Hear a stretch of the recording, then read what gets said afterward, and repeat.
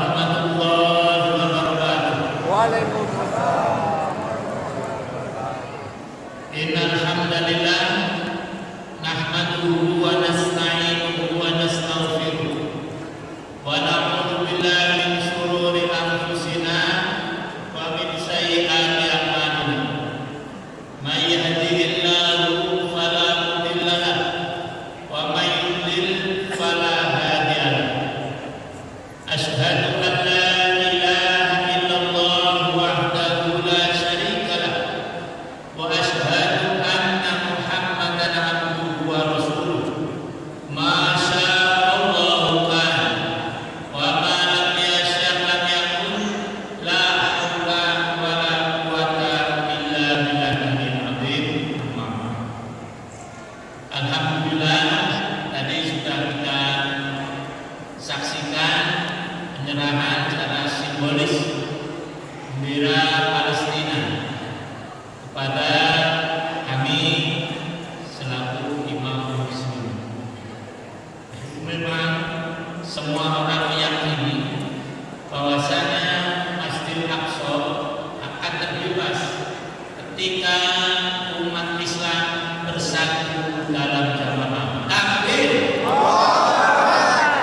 Nah, oleh karena itu tadi secara simbolis bisa saja nanti mungkin imamnya dari Indonesia, bisa saja, Amin. atau dari tempat yang lain. Kita harus taat sepanjang imam mengajarkan dan memerintahkan kita kepada Al-Quran dan As-Sunnah, sebagaimana yang disebutkan oleh kitab saya yang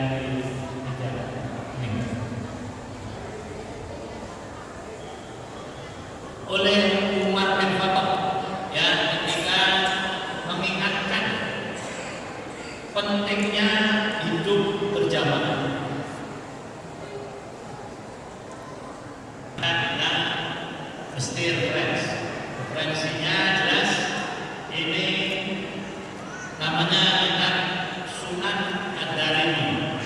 Pernah lihat ada?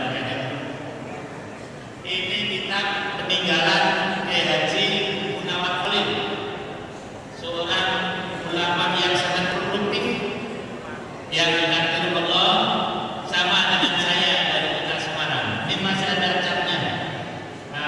Muhammad Khalil. Kemudian oleh keluarga beliau diserahkan kepada bapak saya, Ustaz Fadil Ali Siraj. Nah, oleh beliau kemudian sampai kepada saya. Jadi sanadnya jelas. Nah, ini nanti setelah saya akan saya serahkan kepada siapa? Wallahu a'lam bishawab. Nah, di dalam Sunan Ad-Darimi ini ada asar Umar yang sangat terkenal tentang prinsipnya kehidupan berjamaah. Saya baca. Bismillahirrahmanirrahim. Akhbarana Yazid bin Harun. Akhbarana Baqiyah. Baqiyah itu nama orang. Haddatsani Sufyan bin Rustum.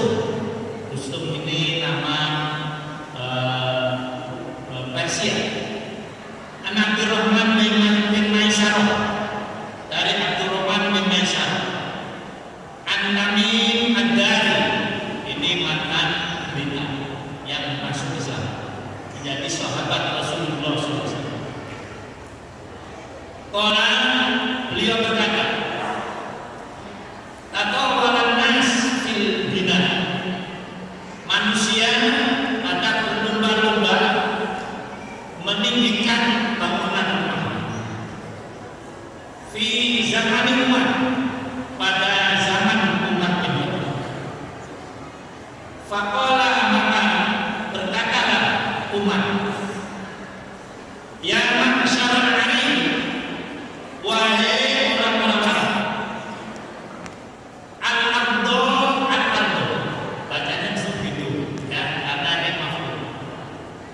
jagalah bumi, jagalah bumi. Annahu la Islam illa bijamaah. Bahwasanya tidak ada Islam kecuali dengan jamaah. Ingat, terutama para asatidz dan kadang-kadang bacanya bil jamaah. Nah, salah ya. Yang benar bijamaah, tidak ada arnya. Teman-teman kan cerita itu ya. Nah, itu tidak sesuai ya. Nah, inilah hadis ya, dirumuskan. Dan yang bukan bil jamaah, bijamaah. Pada waktu itu saya jelaskan karena waktunya 10 menit harus akan dapat ambil materi. Wala jama'ata illa bi imarah, bukan bil imarah, bukan. Tidak ada artinya. Dan tidak ada jamaah kecuali dengan kepemimpinan. Wala imarata illa bi ta'ah, bukan bi ta'ah, bukan. Dan tidak ada kepemimpinan kecuali dengan taat. Faman sawwadahu qaumuhu ala fikhi, maka barang siapa yang menyerahkan kaumnya kepada orang yang tahu soal agama, orang yang faqih, karena hayatullah, itu akan menjadi kehidupan dia imamnya. Walahum, dan bagi mereka umat. Wa man sabatahu qaumahu ala ghairi fiqhin, dan siapa yang menyerahkan atau menyerahkan kepemimpinan kaumnya ila ghairi fiqhin, kepada orang yang tidak mengerti agama, karena halalan itu akan merusak imamnya, walau dan merusak. Nah, jadi inilah prinsipnya berjamaah. Mari kita ikuti ya. Saya para hewan akan nanti kita tiru lagi ya. Saya ambil yang biasa disampaikan saja. Bismillahirrahmanirrahim ya. Bismillahirrahmanirrahim. Annahu la Islam illa bijamaah. Ambil ya. Illa bijamaah. Wala jama'ata illa bi imarah. Wala imarata illa bi ta'ah. Jadi itulah kurang lebih. Dan persatuan dan kebersamaan atau berjamaah ini memang sesuatu yang diperhatikan betul oleh Al-Quran, oleh Rasulullah, dan juga tadi oleh umat kita. Sebagian orang yang mengatakan sanad akar ini tidak kuat. Tapi setelah saya lihat banding-bandingkan, ada yang mengatakan ini sangatnya sahih. Ya, jadi ada yang mengatakan dhaif, ada yang mengatakan sahih. Nah, kita tidak lihat dari segi aspek sanadnya, tapi aspek matanya, betapa pentingnya kehidupan berjamaah, betapa pentingnya kebersamaan. Kita semuanya tahu, tidak ada perjuangan akan berhasil tanpa kebersamaan, tanpa persatuan. Maka saya pesankan, mari kita jaga betul persatuan dan kebersamaan, terutama di negeri yang kita cintai, negeri Indonesia. Jangan sampai kita terpecah belah, karena kita semuanya tahu negeri ini dijajah oleh bangsa asing beratus-ratus tahun. Saya tidak menyatakan 300 tahun, karena itu ternyata setelah diselidiki tidak sampai segitunya. Itu sudah saya tulis di buku saya tentang memadamkan cahaya Islam, upaya memadamkan bahwa